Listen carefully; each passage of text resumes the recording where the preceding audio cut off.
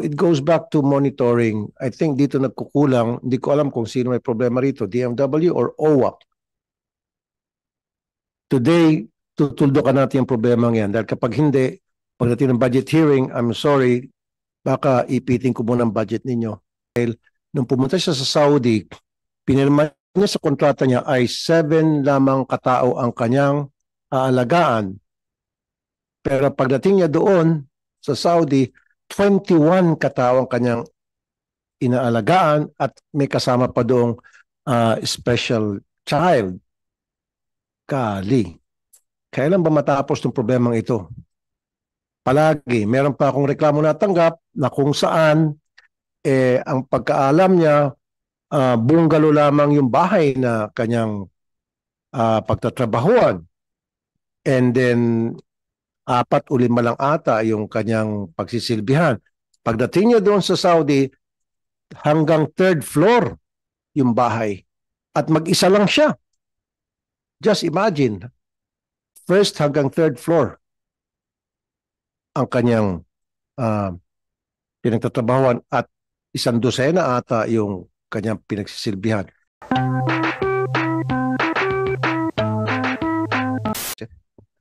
Ma'am DMW, sino bang DMW dito? Yes, sir.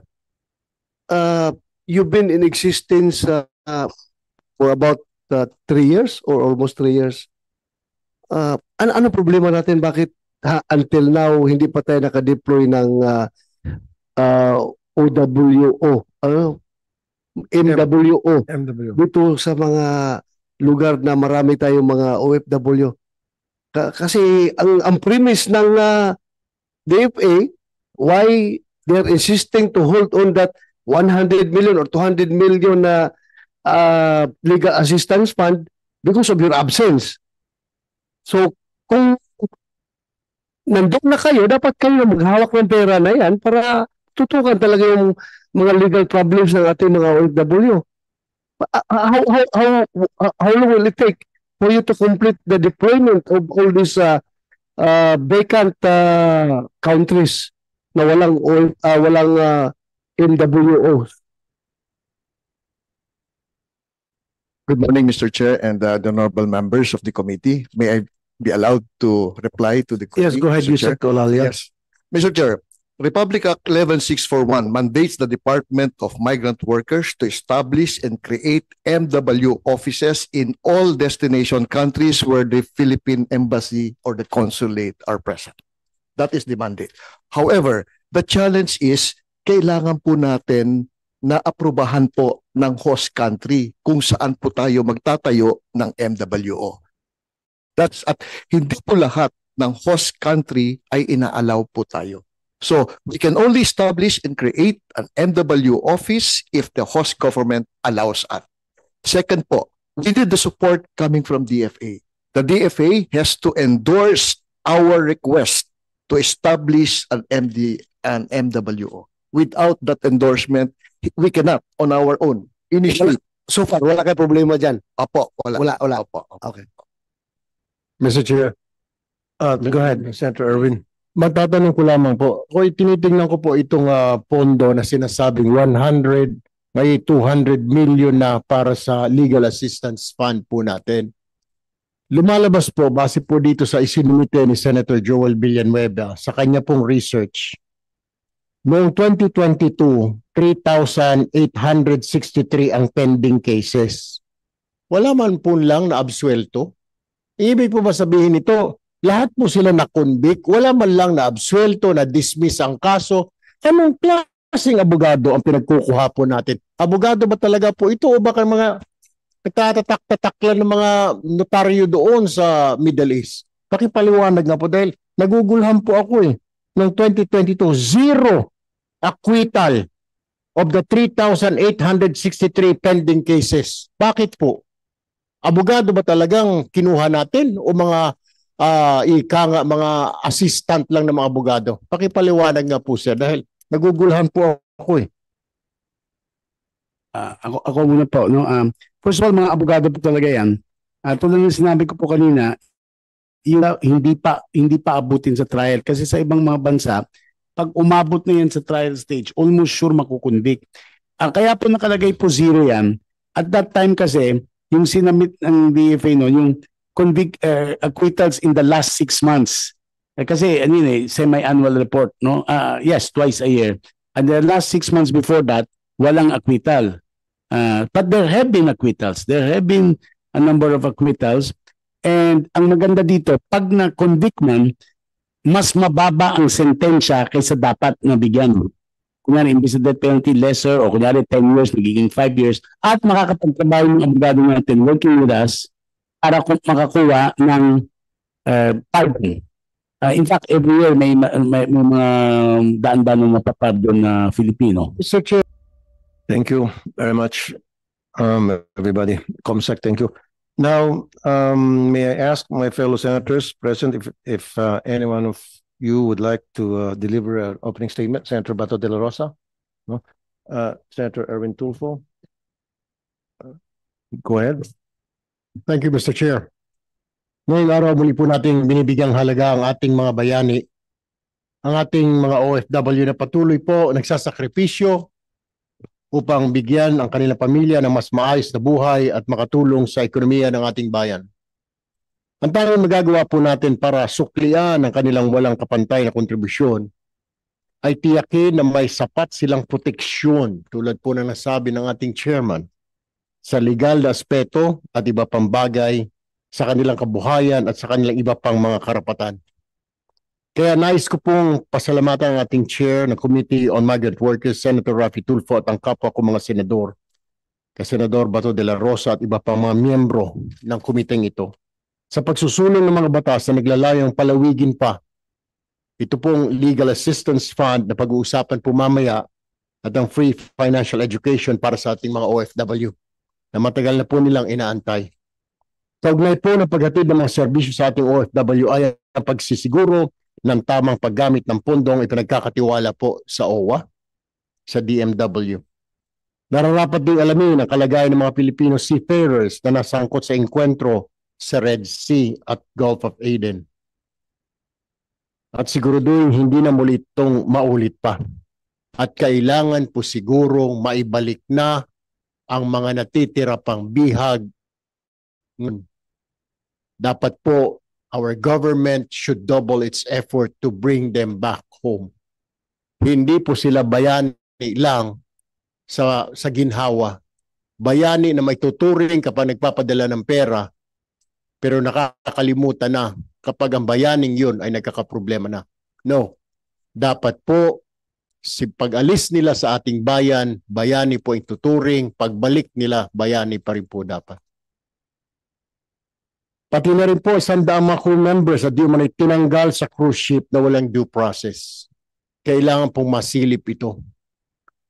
Hindi naman po basta-basta na lamang na ganun-ganun na lamang na aalisin, huhulihin at papahiyain sa ibang bayan. Marangal pong nagtungo po ang ating mga kababayan doon, nagsakripisyo, at isusukli lamang po ay pagwawalang hiya po sa kanila.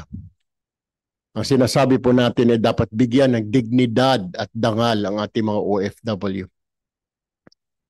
Dapat po yan ang unahin ng ating pamahalaan, ng DMW, ng OWA, ng Marina, lahat po ng ahensyang ito ay magtulong-tulong na para hindi na nga po maulit pa ang mga tulad na ganitong insidente, tulad po na nasabi ng ating chairman. Naway maging makabuluhan po ang ating talakayan ngayong umaga. Maraming salamat po. Maraming salamat, Mr. Chair. Thank you, Senator Erwin. For an orderly discussion, since we will discuss first the proposed bill on expanding the use of the Legal Assistance Fund, we will give the floor to the DFA first, then comments from the DMW. For the two bills on financial literacy, I will allow the DMW to proceed first, and then OWA, and followed by the other agencies accordingly. But may remind everyone to limit representation to at least 5 to 8 minutes. Wag naman pong oras. No? So that we will have ample time for questions and clarifications. Now, let's start with the DFA. But before that, Yusek De Vega, I thought we already confirmed you sa CA na bilang ambassador sa Italy. Am I right? But nandito ka pa rin. Magandang umaga po. Ito po yung huling hearing na magiging DFA Undersecretary ako for Migration Affairs kasi itong Biyernes meron ng bagong USEC, si Ambassador Leo Herrera Lim, kagagaling lang sa Copenhagen, Denmark. Siya po magti-take over. At katapusan ng buwan, nasa Paris na po ako. Salamat po sa inyong support. Congratulations. It was an honor, sir. Sir, Mr. Chair, you've done a good job sa DFA. thank you. Salamat po. Now, let's Mr. Chair, may I be recognized? Yes. Go ahead. Gusto ko lang din po i-congratulate po ang ating masipag na Undersecretary na magiging ambassador na pala. Congratulations po. Salamat po, Ambassador Vega. It's great to be in touch with you. Thank you po. Also, Earlier, I would like to reiterate to everybody present the goals of the Committee of DMW for the Department of Migrant Workers. Number one, yung constant monitoring in host country to prevent abuse. Ito yung paulit-ulit na problema inilalapit sa akin. Parang silang plaka na tayo rito. Every time na may nagreklamo sa akin, sa action center ko, sa radio program ko, Rapid Turf in Action, palagi yung inaabuso yung OFW natin. Why? Bakit naabuso? Number one, kasi hindi nakapagtrabaho na maayos dahil hindi na-meet yung expectation ng amo, kaya naabuso, nasasaktan. At bakit hindi na-meet yung expectation ng amo? Paano ba naman? Hindi nasusunod yung kontrata. Pinaka-recent lamang, I think this was a couple of weeks ago, tumawag sa akin yung isang OFW dahil nung pumunta siya sa Saudi, pinirma niya sa kontrata niya ay 7 lamang katao ang kanyang aalagaan. Pero pagdating niya doon sa Saudi, 21 katao ang kanyang inaalagaan at may kasama pa doong special child. Kali. Kailan ba matapos itong problemang ito? Palagi, meron pa akong reklamo natanggap na kung saan ang pagkaalam niya, bungalow lamang yung bahay na kanyang pagtatrabahuan. And then, 4 o 5 lang ata yung kanyang pagsisilbihan. Pagdating niya doon sa Saudi, hanggang 3rd floor yung bahay. At mag-isa lang siya. Just imagine, 1st hanggang 3rd floor ang kanyang pinagtatrabahuan at 1 dosena ata yung kanyang pinagsisilbihan. Sino ba namang OFW ang kakayanin yung ganong klaseng sitwasyon? Now, it goes back to monitoring. I think dito nagkukulang, hindi ko alam kung sino may problema rito, DMW or OWA. Today, tutuldukan natin yung problema yan dahil kapag hindi, pagdating ng budget hearing, I'm sorry, baka ipitin ko muna ang budget ninyo. I'm serious. Look at my eyes. Pag hindi nyo naayos ng problema ito, wala. Mahal ko kayo mga taga-DMW at saka OWA. Pero kung ganito rin lang, hindi na matapos-tapos yung problema ng kinakawawa yung ating mga OFW, tabla-tabla na lang tayo. But anyway, Admin Patricia Yvonne Kauna, salamat at mabilis ka umaksyon. Pero yung pag-aksyon mo after the fact, nangyari ng pang-abuso, dapat meron tayong tinatawag na prevention. Ma-prevent yung pang-abuso. And paano ma-prevent yung pang-abuso? Dapat continuous monitoring. Tinatawagan yung mga OFW, pinupuntahan yung mga OFW doon sa kanilang lugar na pinagtrabahuan on a regular basis. You call them. Wala Kasi pagdating nila doon, nisi hi, nisi huy, wala Dapat yun, pagdating sa deployment, after a few days, someone from the DMW or OWA has to call them. And kumusta ka na? Okay ka lang ba? If possible, puntahan sila, titingnan talaga yung workplace. But we're not doing that yet, tama? We should be doing that, really. Nakakasama ng loob na tinatawag natin sila mga makabagong bayani, and yet, ganun ba tuloy natin sa mga makabagong bayani, pinapabayaan natin sila na maabuso at masaktan. Okay? And susunod, and then number 2 is proper contract verification. Ito yung sinasabi ko. Special employees background, security assessment of the place of deployment, and strict compliance by foreign employer of contract terms and conditions.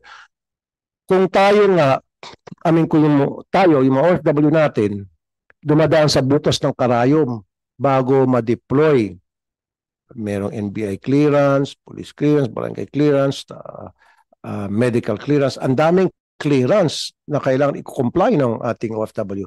And yet, pagdating niya doon sa bansa na pagtrabuhan niya yung amo, wala man lang clearance. Hindi natin alam kung rapist ba yan o dati ba yung kriminal o kung ano ba yung record niya. That's why we also have to verify the employer. We need to know who the employer is and who are they. It's very important to me. Yan ba ay dumaan sa pumasabay sa psychiatric exam? Kasi di ba, especially sa Middle East, alam na natin lahat, grabe yung mga ginagawang pang-abuso, parang hindi na makatao, parang ginagawa ng mga taong wala sa tamang pag-iisip. Matapos raping, papatayin pa. Yun dapat ang chine-check natin, background check sa mga employer. Bukod dun sa pag-check sa contract, background check sa mga employer. At yung employed ba yan, dati nang nilayasan ng OFW natin. Pag nilayasan na ng OFW natin, huwag na natin bigyan pa. Kasi there are several cases na yung OFW na umalis na sa isang amo and then after a month or so, magpapadala ulit itong agency ng another OFW, the same amo. Dapat yun blacklisted na. Okay? And then number 3, ensure that the DMW will forge bilateral agreements with host countries that will only provide favorable terms to our OFWs. Number 4, proper utilization of DMW and OWA budget to ensure sufficient funds during emergencies and repatriation. Number 5, put an end to the trafficking of migrant workers, strengthening efforts to secure backdoor channels. Number 6, regular medical checkups for OFWs abroad. This is very important to me. Dapat yung ating mga OFW magkakaroon ng annual check-up. Tulad ng ginagawa sa ibang bansa. I think, is it Hong Kong or Singapore? They're doing that now. But yung mga OFWs natin sa Middle East, wala. Magpapacheck up na lang pag may sakit na. In some cases, unfortunately, malala na yung sakit. Kaya kailangan pa uwiin na. Dapat, what I want to happen, DMW and OWA, merong annual executive check-up yung ating mga OFW sa Middle East. Kasi ang hirap ng trabaho nila, unlike sa Hong Kong and Singapore and other countries, hindi ko naman sinasabi magaan. Okay sila.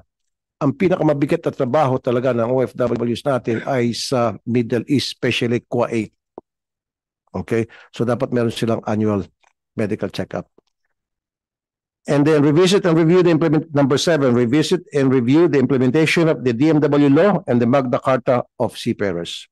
And the last but not the least, continue efforts to apprehend and penalize illegal recruiters both here and abroad. Having said that,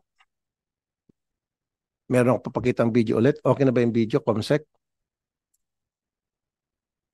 Okay na? Bukas pa, maayos yung video. Okay. Thank you for attending the first organizational meeting of the newly created Committee on Migrant Workers.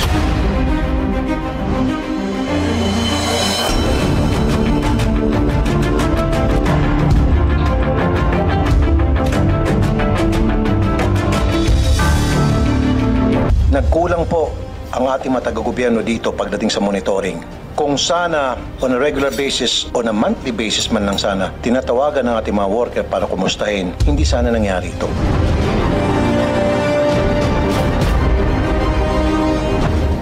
Thank you for that.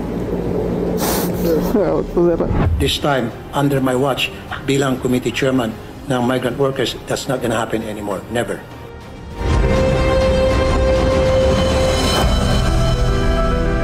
The first time makapunta ako sa isang ospital na walang katao-tao, as you can see, talagang hindi nagagamit. It is not being used to its full potential. Sayang. Sayang to. I feel sorry for this hospital.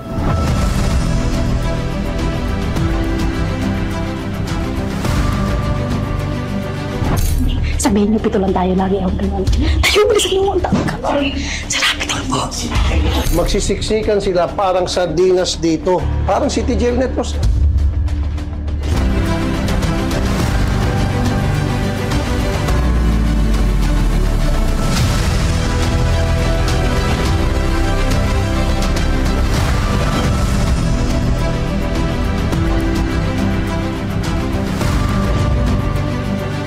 Wala ho silang closet.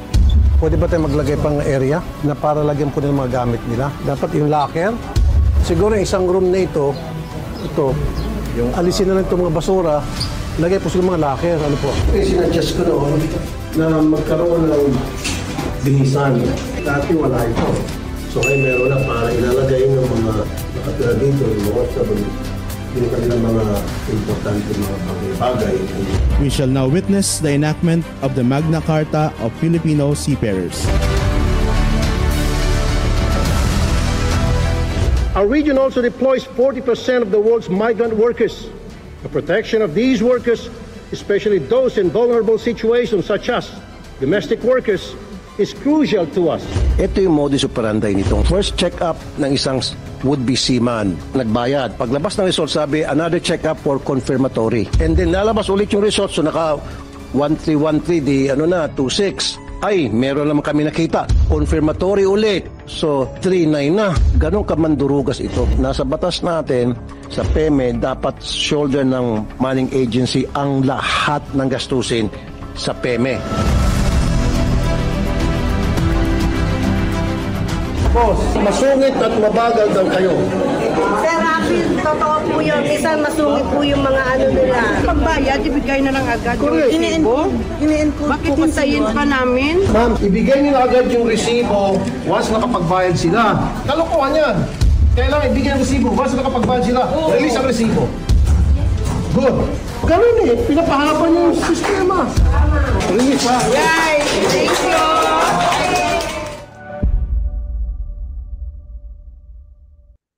So they were deprived of this basic Article 36 under the Vienna Convention. At ang importante po, sumulat na po ang DFA. They have already sent a note on this.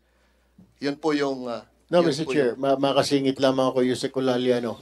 Tinatanong ko sa inyo, paano ho ninyo nalaman na pinpointed na sila nung kinatok sila dahil sa mga email nila, may mga sinasabing pornography. Ito po ba ay information na nakuha niyo sa US, sa Homeland Security or CBP, or ito'y base doon sa inyo pag-iimbestiga sa mga ito, Mr. Chair?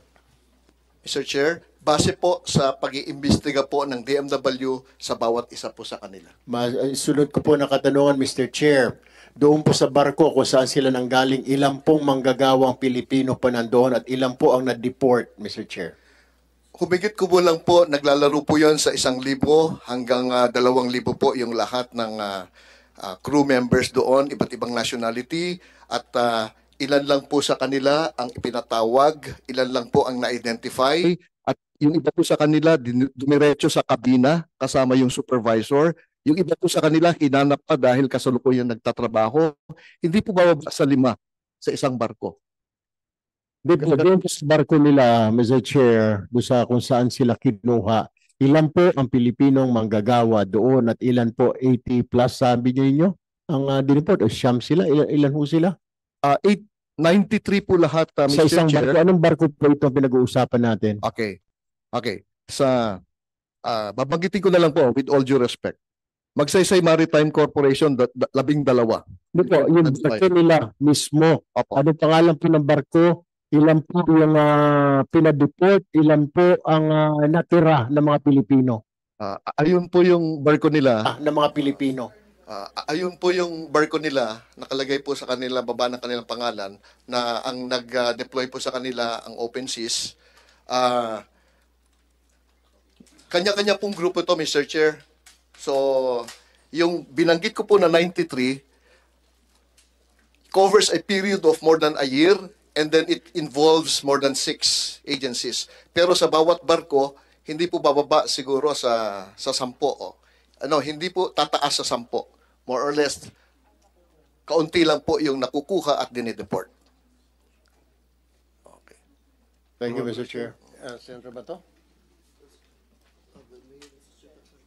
Okay. the manning agency, Mr. Antonio. Mr. Chair, What's your name, sir? doon po sa Sunshine, Please identify yourself. Captain Ladera po. Captain Ladera. Tony. Go ahead. Sir, Mr. Chair, doon po sa Sunshine, sa Carnival Sunshine, may mga 500 po na Filipino po roon sa Sunshine. At sa Sunshine po, at this time, mga 18 na po ang napapauwi po sa Sunshine. Okay. DMW and manning agencies, hindi niyo ba pinapaalalahanan yung mga seafarers natin na wag kayong magtag o tumingin o mag-visit sa mga pornographic website na may pornography, may child pornography? Mr. Chair, as early ba kayo nag-advise? As early as 2023 po, meron na pong labor advisory na inilabas ang DMW na nagsasabi po at nagbababala sa mga seafarers natin na mahigpit ang, for example, US government pagdating po sa possession of child pornographic materials at kayo po ay pwedeng makasuhan at ma-deport. So maliwanag po yung labor advisory. Maliban po doon, nakasama po yun sa pre-deployment orientation seminar po nila. Mandatory po yun, Mr. Chair. Hindi po sila lalayag, hindi po sila sasampa hanggat hindi sila nag-attend ng pre-deployment orientation kung saan itinuturo po yun. Okay. Halimbawa, yung isang seafarer, example lang man po ito,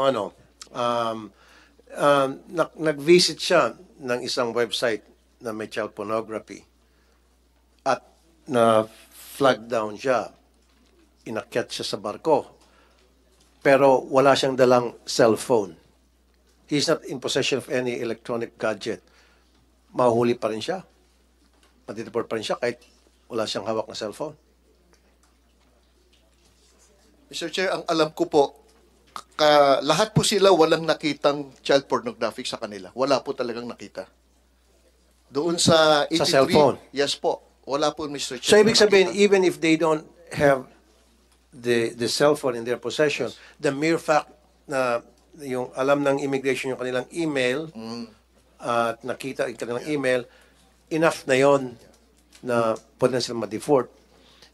Okay, kahit na walang concrete evidence na nag-visit sila, hindi pinakita sa kanila kahit na without showing them their emails na ito, pumasok sa email mo, itong such and such date. Katulad yung sinabi nga ni Mr. Gamboa, sinabi ata October 2021, nasa Saudi siya at that time. So, ganun-ganun na lamang. Kung ano sasabihin ng immigration. Mr. Chair, kapag po may nakita kahit kapiraso o isa na pornographic material, child pornographic material, Sa email mo. aarestuhin ka na po, i-detain ka at sasampahan ka talaga. Kahit walang nakita.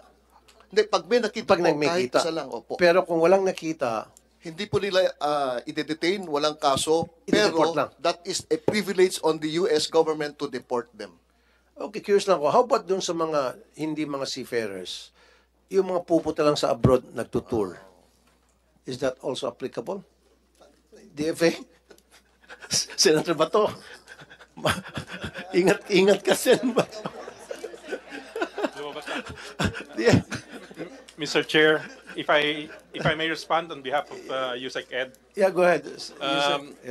In the past few months, there's been several instances of non-Filipinos also being either deported because of possession of what the ICE considers as not allowed electronic. No, what I'm trying to say is, Pilipino, ano ba si Senator Bato, nag-tour. Okay. Ngayon nakita sa kanya, sinabi, Senator Bato, nag-visit ka ng website na mayroong pornographic materials na bata. Pop-up lang sa cellphone ko. Pop-up lang. Deport na agad si Sen Bato. Ganun, kasi nangyari sa mga seafarer, pwede mangyari sa mga Filipino tourists. Pwede po. In Europe, there's been a lot of advisories from European countries advising their citizens on electronic devices being checked by the ICE at the border and being grounds for either their removal from the post. So I hope I'll not make an example of the good senator, but it could happen. So, Senator Bato, so kung ikaw ay nag-visit ng website ng child pornography, huwag ka na pumunta ng US. Kasi Senator na deport. I'm sorry about that. Okay, go ahead. May question natin, Senator Erwin. Sorry. Nakatas yung kamay ng isang resource person natin, Mr. Chair, si Mr. Morales kanina pa. Oh, go ahead, Mr. Morales. Sir. Magandang tanghali po, Mr. Chair. Gusto ko lang pong dagdagan yung sinabi ni Earl kanina. Bali po, dun sa sinasabi nila na merong ebidensya daw ang CBP against sa amin, para sa akin po, isang malaking kasinungalingan po yan. Dahil ako po, 2 beses po akong naimbitahan ng CBP at 2 beses din po ako na-cleared sa kanila. At galing po mismo sa bibig nila na cleared po ako. So, ibig sabihin po, yung sinasabi po nila na may ebidensya sila o sa email po, malaking kasinungalingan po yun. At ang target po nila sa cruise ship ngayon is mga low-rank position lang po. Karamihan po ay mga galley steward, culinary cook o mga housekeeping po, mga low-rank position po yun. Wala silang tinatarget na malalaki at may kasamahan po ako na 20 plus years na po sa company at natanggal at napagbintangan. At mayroon pong binigay sa amin na mga revocation paper. Ito po yun. Bali, may isang page po dito na nawawala. At ang isa pong kasamahan na naka-request ng copy at ang nakalagay po sa copy niya is kaya siya napauwi dahil undocumented. So, imposible po yun na mangyari na undocumented kami dahil kompleto po kami lahat sa document bago makalis ng bansa. Thank you po. Ibig sabihin, nung wala silang makita na ebidensya, pornography dito sa isang kasamahan mo, si Mr. Samonte, so chinad siya ng undocumented. Paano siya maging undocumented? Kaya nga lang kasampa siya ng barko dahil may mga kompleto siya dokumento, papeles. Bali lahat po kami, Mr. Chair, ganun po yung chinarge na sa amin. Wala kaming criminal case na chinarge. Doon po nila kami binigyan ng ground sa immigration law nila, which is puro section under 235 lang po nakalagay dito, which is pag tinignan po namin sa Google, ang nakalagay po is attempting to jump ship or undocumented po kami. Wanayo, akala ko child pornography. Yes po, dahil wala po silang makitang ebidensya, ngayon po tinira po kami sa immigration law.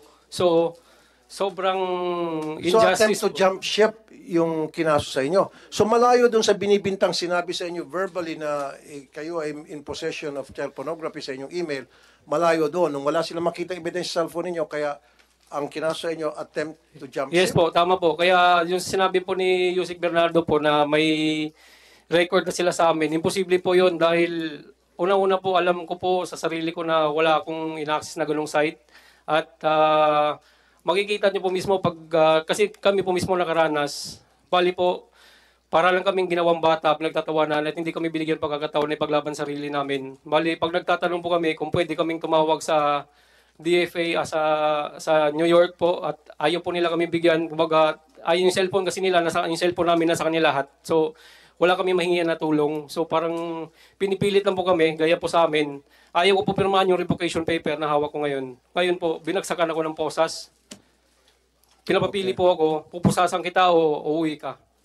Okay, Yusek De Vega and Yusek Herrera Lim, maybe you can interview them in your office, samahan ko sila, or maybe later, and then write a letter to the U.S. ambassador to the Philippines, and or even the U.S. government or immigration, I don't care who they are. Kasi narinig naman natin, napakalayo naman yung ikinaso sa kanila. Sobrang kawalang tawag nito, kawalang tamang proseso, maling-mali. Child pornography ang sinabi sa kanila, pero nung wala makita sa cellphone na child pornographic materials, kinasuhan sila ng attempt to jump ship. At yun daw nakalagay sa papeles, tama? Yes po, Mr. Chair. Nakalagay lang po dito, puro section lang po. Wala pong nakalagay na specific kasi wala pong nakalagay na pornography. Pero pag tinignan po namin sa Google po, ang nakalagay po sa section na yon is attempting to jump ship o undocumented po kami. And then, erase up po na rin po. Bali, pagdating po namin ng Pilipinas, gusto ko lang po erase up sa agency namin, which is the OpenSea kay Captain Ladera. Lahat kayo ang ikinaso sa inyo attempting to jump ship. Tama po, tama po. Lahat. Not all. Tama po. Attempting to jump ship. Bali po, ang nakalagay lang po doon kasi doon, attempting to jump ship or undocumented po. Which is, Okay. yung isang page po, walang binigay sa amin at nakahingi po ng kopya yung isang... Okay, sandali, sir. So ikaw, Mr. Samonte, attempting to jump ship o undocumented? Good morning po, Mr. Chair, Senator Tulfo, Senator De La Rosa, Senator Erwin Tulfo, and sa lahat po ng mga higher, fast forward lang po. Medyo different po yun sa akin kasi, Mr. Chair. So last year pa po ako, I went home for compassionate leave. Namatay po kasi mother ko. Pero ano Iba po, sir, Bali sa akin, sir. Ano po kinasa inyo, sir? Content daw, sir, ng high risk of child sexual video daw, sir. Okay, so child pornography. Child pornography, sir, but I handed over my phone po para i-check po. I volunteer na kasi iba po sa akin, sir, airport. Babalik na po ako to continue my remaining contracts po. Okay. Sa airport so, po may nangyari. nakita sa cellphone mo? Wala po, sir. Bali, so in short, dineport ka? Opo, sir. Bali, yung 3-year-old son ko, sir, question nila na bakit daw po namin hinahalikan ng misis ko po, which is nandito po. Oh, okay. So meron kang picture. Video po, sir. Video sa cellphone mo. Ng anak ko po. Ng anak mo, Opo, kasama mismo na hinahag nyo, hinalikan yung anak nyo. Nakikis po namin din yung po siya, yung wala po siyang short yung isa, bali tatlo po kasi yun eh. But I never exploited, I never shared it. But, sir, that's not, po. Kung titingnan, I mean, I have the, naman to send naman So po nakakatakot ito, DFA. Opo. But, yun nga po, sir. So, ibig sabihin, pag meron kang anak na kinakarga 3-year-old mo na lang, lalaki po, na kinakarga ko lang po, kakauwi ko po nun. Opo, that was Valentine's Day po. Delikado. Opo. Meron po din sa iba, sir, picture lang po ng sanggol niya. Oh. Na nakahubad po. Na, kasi sanggol nga po, Mr. Chair. Right. Yun po. Paano kung sanggol na pinapalitan mong diaper? Yun nga po eh. Yun po yung, sir, Delikado ka na. Opo, yun po yung dinidefense ko, sir, na paano po magiging child pornography materials to? This is my son. And that's why I volunteer po. I volunteer my access na Gmail and social media because in good faith, wala po talaga ako. But, kinuha po nila yung cellphone ko for a month. Tapos after na na-cleared, pinadala po sa akin, dinelete na po nila yung video. Tapos, yun po, sir. 1 year na po ako nandito. Anyway, Mr. Chair, I think ang problema dito, no? Hindi kayo ang pervert. Yung police na nanghuli sa iyo ang pervert. Yes. Dahil yung nasa isip niya eh. Tayo normal sa atin yan. Yes po, Mr. Chair. Tsaka sa Amerika, normal yan na mag-kiss ka sa mahal mong anak. Opo, sir. Di ba? Opo. Tapos ngayon, ang nasa isip niya. And they told me, sir, na marahil sila. sa Pilipinas, it's normal. But here in United States, this is, daw po sa law. But like I said, sir, I've been here for 6 years. Pabalik-balik na po ako sa United States. Alam po namin na ang child pornography is very serious criminal, di ba? Hindi po kami nandito sa harapan nyo kung kami po ay may possession. That's a simple logic lang naman po, di ba? Kung kami po ay talaga ay nakuhanan ng cellphone na may pornographic material, sir, kulong po kami. Wala po kami dito. And sir, in fact, magbubuhat po ako ng sariling bangko. I was nominee and I was employee of the year 2019. Lahat po ng record ko. Maganda po ang record ko, sir. Kaya yun po yung inaano ko, sir, sa company na nag-start ako from scratch as a galley steward, dishwasher, hanggang ma-promote po ako. Umuwi ako kasi namatay yung nanay ko. Nung pabalik, ito pa po nangyari.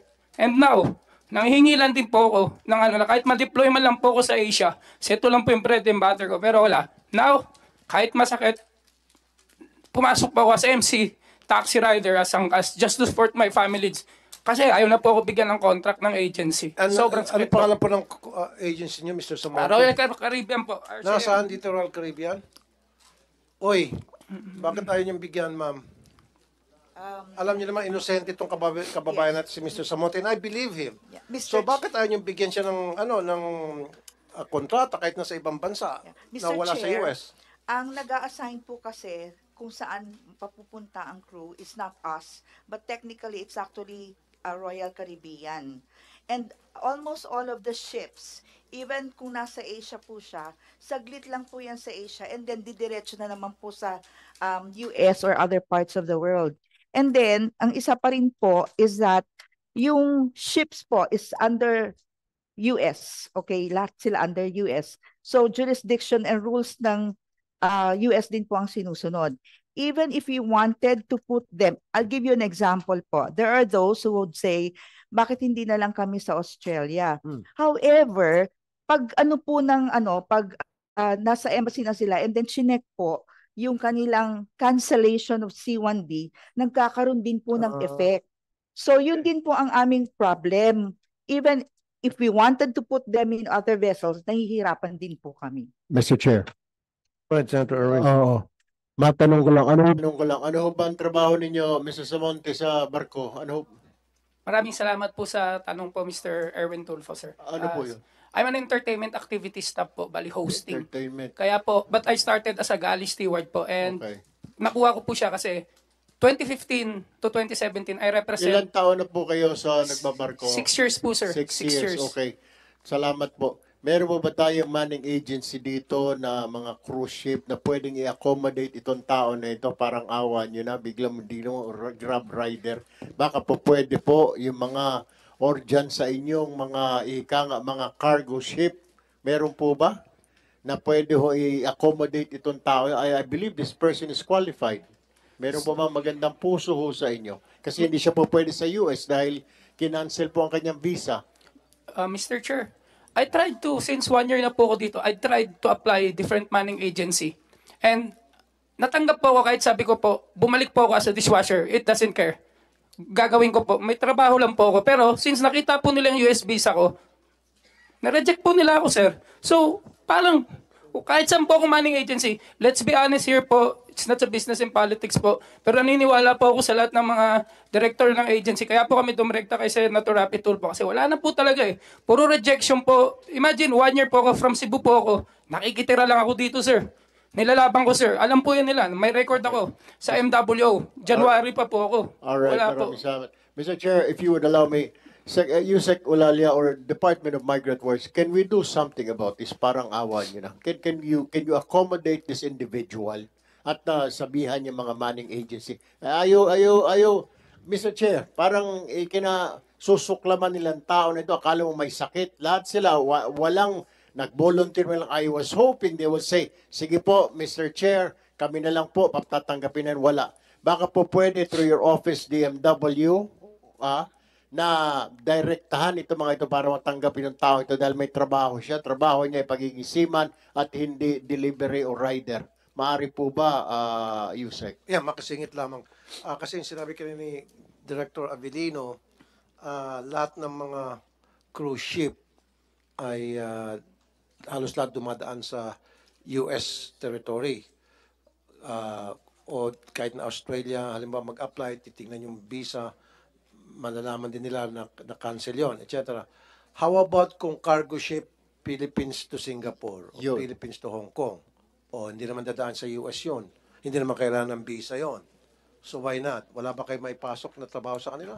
Cargo ship? A question to you, DMW. But before that, I went to the US at nakausap ko yung when I visited the consulate office of Philippine consulate sa San Francisco, and I talked to one of the guys over there, and he told me, kaya ingat to, sana makarating mensahe ito mensahe ko sa lahat ng mga kababayan natin gustong pumunta sa US.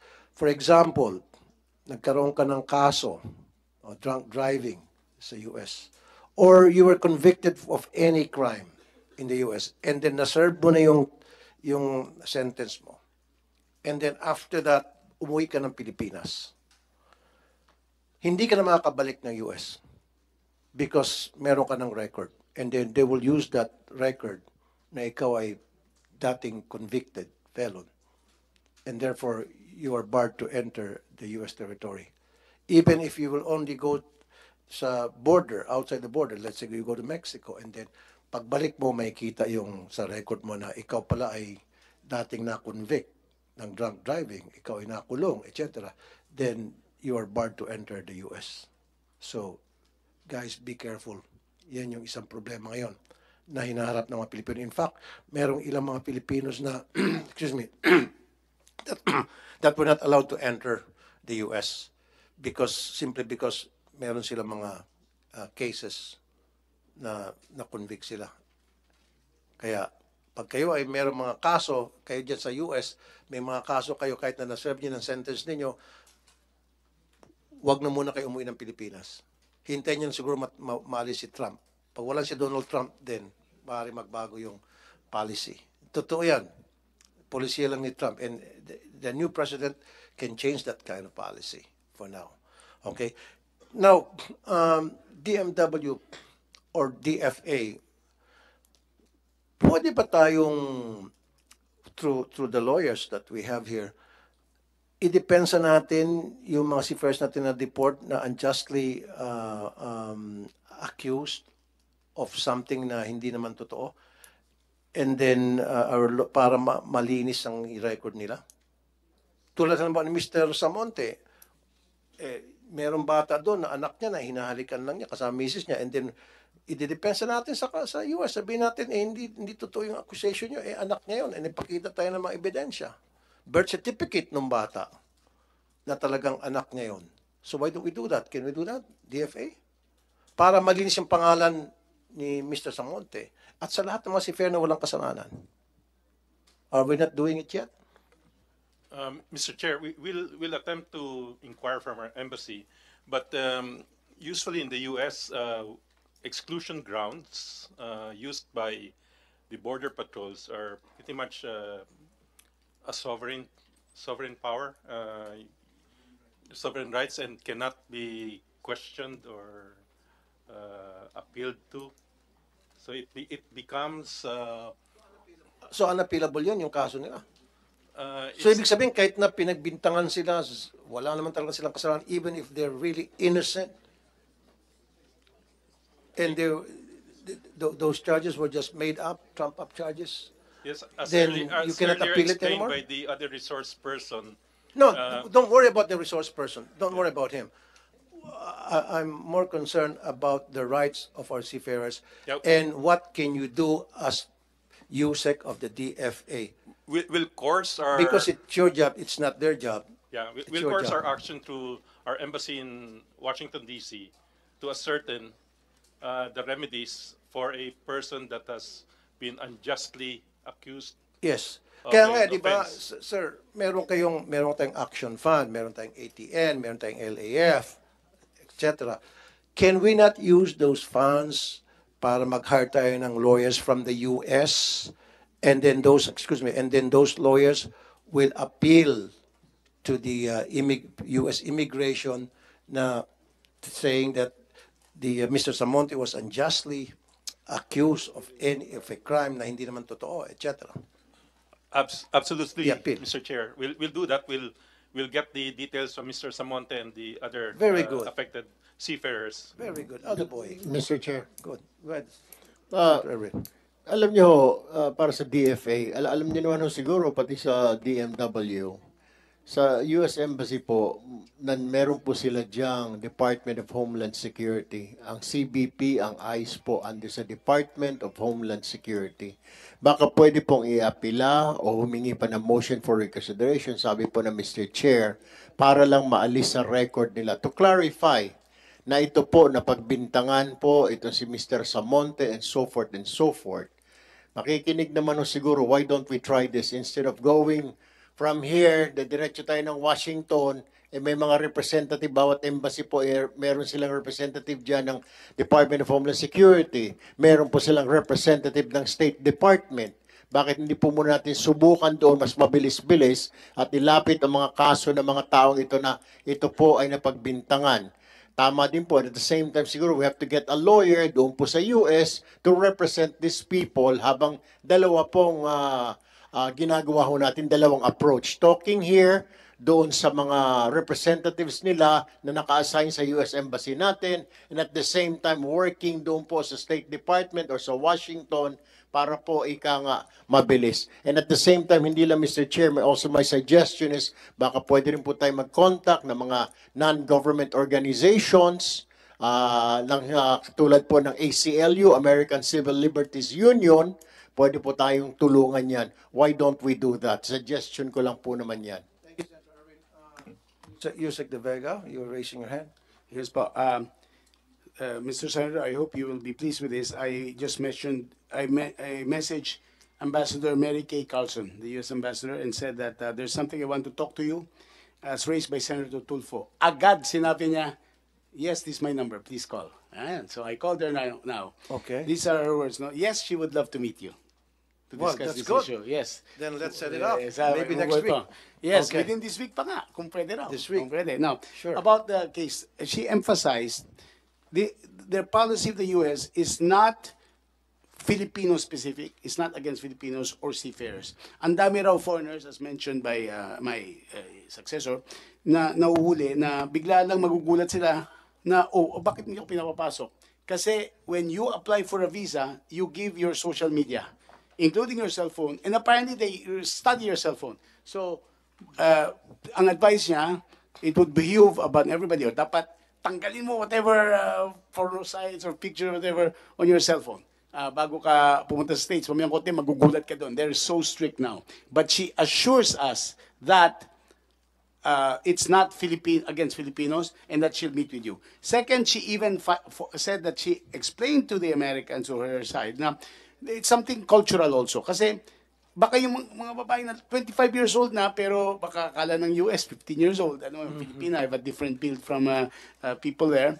And that, the culture na, we love our babies and all that, no? But it's just the new policy of the U.S. now. But she certainly supports us, and that she'll be happy to meet you, sir, on this and other issues.